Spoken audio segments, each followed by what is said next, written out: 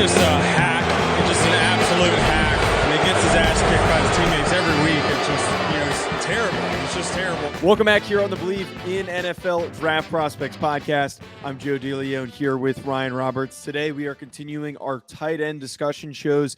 The two guys that we're going to be evaluating, Oklahoma, previous Oklahoma, now South Carolina tight end Austin Stogner, and then Alabama tight end Cameron Latu. Ryan, this is a really interesting pairing of guys that we're going through today because one, not a very good blocker, really good hands. The other, a little bit of the opposite, much better of a blocker. We're going to get into all of that. But it's funny trying to evaluate both these players because they really didn't get a whole lot of targets this past season. No, not a ton, but I feel like for the most part, especially with Latu, I think he did the most with his targets, right? Like he had over 400 yards this past year. Is only his first year as in his first year as a full-time contributor at tight ends. I know he had obviously made the transition before this, but it was Jaleel Billingsley's show going into the season, and it quickly became the Cameron Latu show at tight end. So interesting players because both of them, the reason that we kind of group these ones together is that they're both bigger type of players, right? Like Latu's about 6'5", 250 pounds. Stogner's massive, man. He's like 6'6", 260, and it's a legitimate like 260 plus pounds. So interesting players, both for very different reasons. And I'm look forward, man, because we have one in Stogner that's going to have a new destination, new school to end his career at in South Carolina. And the other is going to be going into the season as the guy, undoubtedly. So very interesting to monitor both these players, in my opinion. Well, certainly going to be an interesting discussion, Ryan, because of the size of these two players and the very different profiles that they provide. Before we get to that conversation, I do want to tell our listeners about today's sponsor, that being BetOnline. Our partners at BetOnline continue to be the number one source for all of your betting needs and sports info. Find all the latest sports developments, including updated odds on the NBA and NHL playoffs, Major League Baseball fights, and even next season's NFL futures. BetOnline is your continued source for all of your sports wagering needs, including live betting and your favorite Vegas casino and poker games. It's super easy to get started, so head to their website today or use your mobile device to join and use our promo code BELIEVE to receive your 50% welcome bonus on your first deposit. BetOnline, where the game starts. Ryan, let's start talking about Cam Latu from Alabama, who didn't really get a whole lot of targets. And as I told you previously, when I was evaluating the receivers, I tried to look for games where guys had good production and then maybe weaker production. And it's kind of hard to do that for Cam Latu because there were a lot of games where he had like one catch for 15 yards. But he did have a few strong performances where he had, 3 for 60, things like that. The one thing that you pointed out to me, though, with Latu is that this is a former outside linebacker. This is a former edge rusher. And it's after you told me that, and I re-verified it before we started recording, the one thing I wrote down on my notes is that he plays tight end like he used to be a defensive end. He's aggressive. He just moves like a defensive end. Do you kind of get that same sense, or does that make any sense what I'm trying to say here? Yeah, no, it makes sense. I'd say, he is a guy that's 6'5", 250 pounds, has kind of just outgrown that outside linebacker position, a little bit. And I think you see that with the effort in the run game. I don't think his aiming points are great. I don't think that it's consistent, but he has outstanding effort. And then maybe his best sell, Joe, to the aggressiveness and physicality side of the things is after the catch. I mean, the kid can break some tackles and he does a lot of nice stuff with physicality. So yeah, man, he's a high upside player, because he's got easy athletic traits. He just hasn't been doing it a long time. So that's the only question that's the main question that you're going to have with Cameron Latu. Right. The effort's definitely there, and you get that play strength as a blocker is noticeable. Yeah. I saw some times where it looked like he could take guys one-on-one, which I didn't get from all the other tight ends that we've evaluated thus far. Again, that aggressiveness, that push is something that you're looking for in a tight end that can block. And I do really like the upside. And part of me now wonders, with Jaleel Billingsley gone, is he able to step into a more effective role? Because they kept trying to rotate the two of them. I didn't think Billingsley really fit their offense. I didn't think he made a whole lot of sense because of how much they like to run the football. I think Latu fits a lot better. And with no Billingsley, it's going to open the door for him potentially to have a bigger year this upcoming season. I think what it really gives to Latu is the fact that together, Latu and Billingsley, Latu is more of the inline guy, while Billingsley is going to be kind of that big slot, Right. detached player. That Evan Ingram type. Exactly. Without Billingsley in the building, maybe you let Latu do a little bit more. Because I saw some flashes where Latu was lined up in the slot and kind of aligned as a more of a flexed out wide receiver, but you didn't see it a ton because he was the better blocker. Obviously, he has a bigger frame and he has more potential in the run game. But I wonder now, barring there being another tight end that's ready to be in 12 personnel type of situations, 13 personnel situations, if they have dudes that are ready to kind of get into that conversation. I wonder if Latu becomes more of a move piece at tight end, which I don't know if you agree with this, Joe, but I thought athletically sufficient everywhere, man. Like I thought he moved well in a straight line. I'd say he's plus in a straight line. I'd say his flexibility was good, solid to good in that respect. So I think there's upside down the line as a route runner. He's definitely winning more off of natural ability right now since he hasn't been playing it that long. But I think there's upside as a route runner, and I think that he has natural ability as a passing game, as a player in the passing game. So I look at him and say, maybe you're a guy that can play in the slot a little bit. Maybe you're a guy that can play more of an H-back role. Maybe you're a guy that can play in line. Maybe you could do all of the above.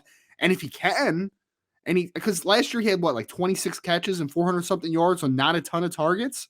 If you take that in a more expanded role, this kid could be near the top of the class. Like, I think he has that much natural ability, to be honest with you. Yeah, I almost thought I was being a little bit generous by putting in my notes that I thought that his release was very nice. He got off the ball pretty quick. He gets upfield pretty good for a player of his size, being a 250 roughly-ish pound tight end. Yep. I thought I was being generous when I was putting that stuff down. So it's interesting to hear that you agreed with me on that sense.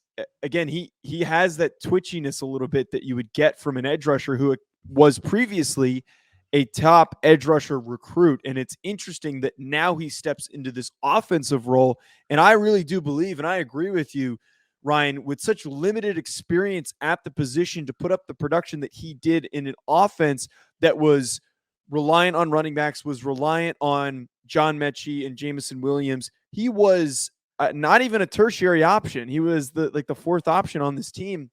Right. I think now Bill O'Brien, hopefully being smart enough and not trying to do the ham-fisted approach of bringing in Billingsley when he wanted to stretch the field a little bit more, or when he knew he wanted to get him the football. I think now with that off of his plate and trying to, and maybe that was part of the reason why there was a disagreement between Billingsley and the coaching staff, is that they were trying to appease him. Now with that out of the locker room, you've got a guy like Latu who is going to set the tone as a blocker for your tight end group, a guy who seems to be a little bit more selfless than Billingsley. That, to me, I think will set up for ultimate success for him this upcoming season. I certainly agree. The upside is there for a guy who has not been playing the position that long. Yeah, no, I think you can make an argument that he may have the most untapped upside in the class. I'm not saying he has the highest upside, but from what he is now to what he could be, I think that that's the biggest kind of ascension that a player can make in this class. I just had a little nugget, Joe, that I looked up earlier. At Alabama's pro day this past year for the draft eligible players, they had some juniors work out, and Latu was one of them. He ran 4.62 at 240 something pounds. The kid can move, man. I'm telling you. I wouldn't have guessed that. I don't know why, but I wouldn't have guessed a 4.62. I thought he was a quick mover, but I always try to calm myself when I see somebody move well and assume that they're slower than they look. But that's pretty good. No, it's good, man. And that makes a lot of sense why he's such a good player after catch, because there's physicality to him too, but he slips a lot of tackles because I think that he's just a really good linear player, right? And I think the quickness is okay, man. Like I think that you can work with what he has as an athlete in short areas, right? So yes, I think there's a lot of upside with Latu. The much better athlete out of the two guys we're talking about today, in my opinion. Yes.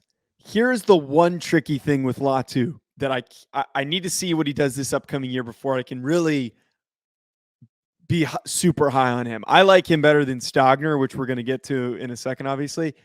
He has so few targets and so few catches. Like I can't properly evaluate his hands. It's hard to properly evaluate how good he is catching the football because he just wasn't getting the ball. It feels weird trying to make a statement like his hands are good or his hands are bad. Am I off base by saying that?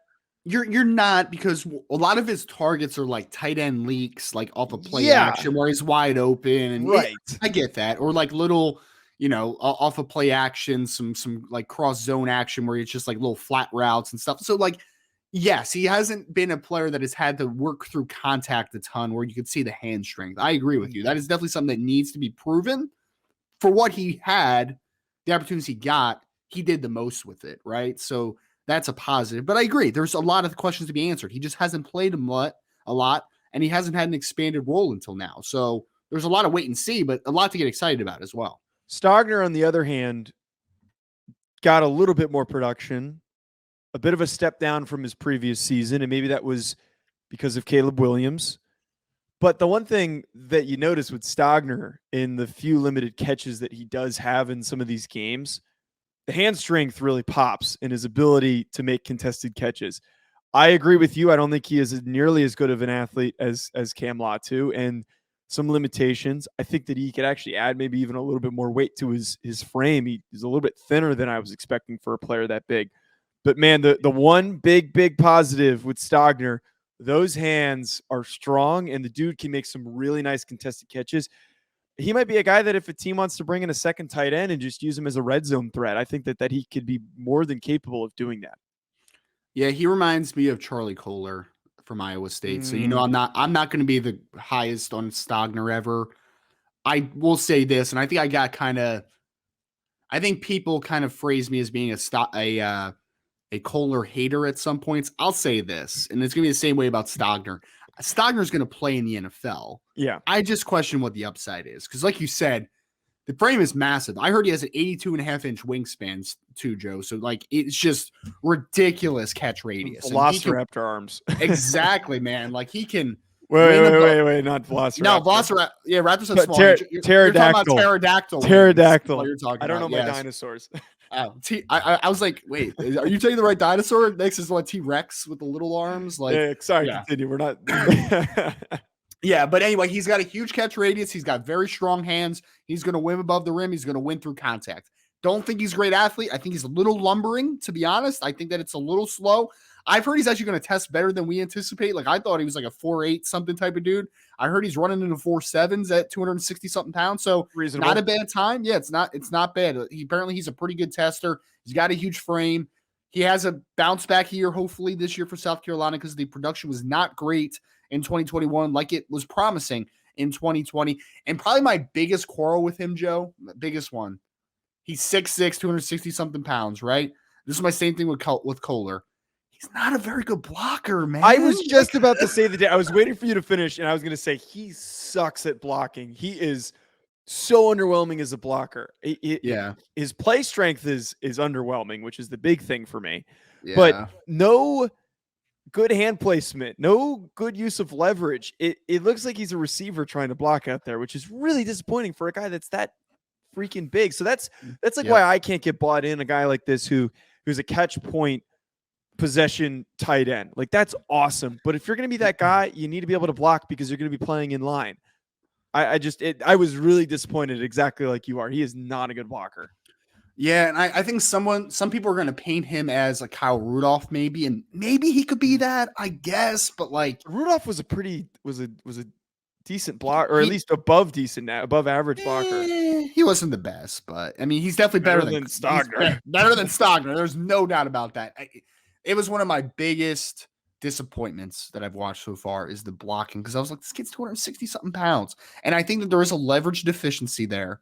I think that he's a tall kid who doesn't play with great pad level and doesn't play with good physicality and doesn't have great aiming points.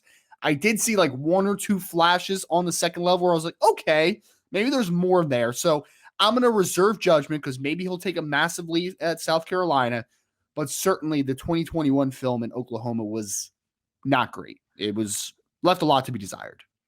It might negatively impact his speed, but part of me wonders, is this a kid who maybe puts on, 270 is heavy as hell for a tight end, but like his frame's not that, like, he doesn't look like he's holding that much weight, which is weird.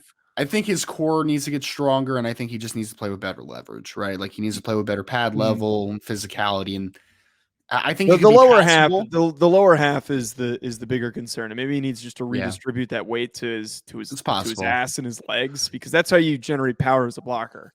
Yeah, and I think that there's definitely something that needs to happen, whether that's reshaping a body or just the process of how he attacks defenders, whatever it is, it needs to be better because if you're and I mean Charlie Kohler ended up going in the 4th round, so maybe I'm wrong about this, but like if you're not a great blocker and you're kind of a lumbering type of dude who's just a catch point guy, you have a role at the next level, but what's the upside? I don't see upside right now with Austin Second Stogner. tight end, yeah.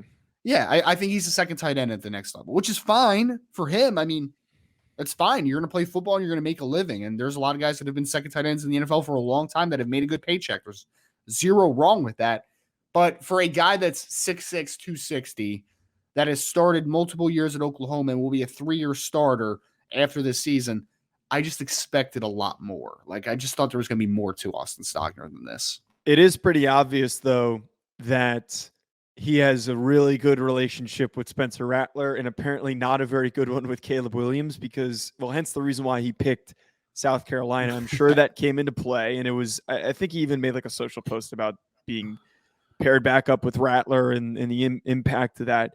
But his performance when Rattler was the full-time starter the previous year, he had a pretty good season. And then here we are this previous year in 2021, Caleb Williams takes over. And man, he was just not looking his way. Like there were some times where he was open and he just was not trying to find him the football. Maybe he said something to Caleb Williams that he doesn't deserve to be the starter because he was trying to defend his boy. But like that was kind of apparent. I actually wouldn't be shocked if Stogner maybe has like a really productive season with like a lot of touchdowns this year now that he's back with Spencer Rattler.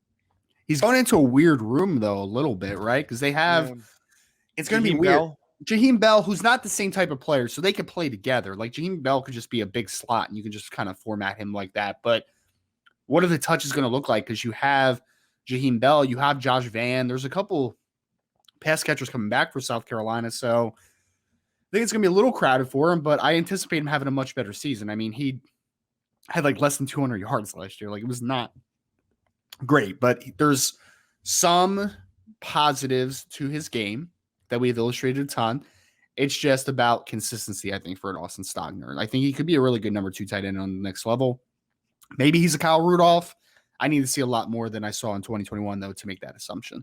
So comparing these guys, Ryan, I know I'm much higher on Cam Latu. I think that the upside is a lot better, especially considering how short he's been, especially considering how he has not been playing the position that long. That to me, give him some more time to learn to play tight end and all the variables that we discussed that are no longer in play. He could very well have a very, very nice season and maybe push himself past just hovering around the top 5 tight end conversation. Stogner, on the other hand, I think this is a day 3 guy. I think the ceiling for him is exactly what we got with Charlie Kohler. As you said, this is an older player. This is one who's played a lot more snaps than Latu. We know pretty much what he is going to be as a product. How much more is he going to develop because of those physical limitations? Round 4 is probably his ceiling for a prospect like this. Yeah, right now I think Austin Stogner is a mid day 3 type of player. Like I think he's a 5th to 6th rounder in my books, right? I think Latu, though, if he takes a step forward, you could sell me on him sneaking into day 2. Like he could be that guy. I think that's very possible. I think his best football is ahead of him, in my opinion. I'm not so sure that's the same case with Austin Stogner right now. Would you say that Latu, I haven't watched as many tight ends as you have. Would you say that Latu right now is good enough to be in the top 5 of the tight ends in this class, or is he still on the outside looking in? He's close. I mean, because you're going to have Michael Mayer, and then after that, there's a bunch of questions, right? It's like, do you like Josh Wiley from Cincinnati? Are you bought into the upside of a guy like an Eric Gilbert? Is it a guy like a Sam Laporta from Iowa? Is it a Darnell Washington from Georgia, even though he has limited opportunities? Is it Jaheim Bell? Is it Benjamin Urisak? I think there's a lot of guys right now, but I mean, I will say this right now. leaving this week, I would be surprised if he wasn't a top 5 tight end for me, because I think he has some of the most natural ability in the class. So I don't think it's a stretch. I think that you can make a legitimate argument that he might be a top 3 tight end in this class right now, just based off upside alone. Yeah. So I'm there with you, man. I would not fight back against that at all. Yeah, this tight end class continues to be very, very fun. A lot of projection, a lot of upside in some of these guys. We've got another pairing coming your way next. And then Friday, we will be doing our full evaluation show with Alex, as we've been doing. So stay tuned for that. Be sure to hit that subscribe button wherever you're tuning in, at Joe DeLeone, at Rise and Draft, and then Hack City on YouTube, or wherever you're getting the audio feed. Enjoy the rest of your week, folks. We will be back.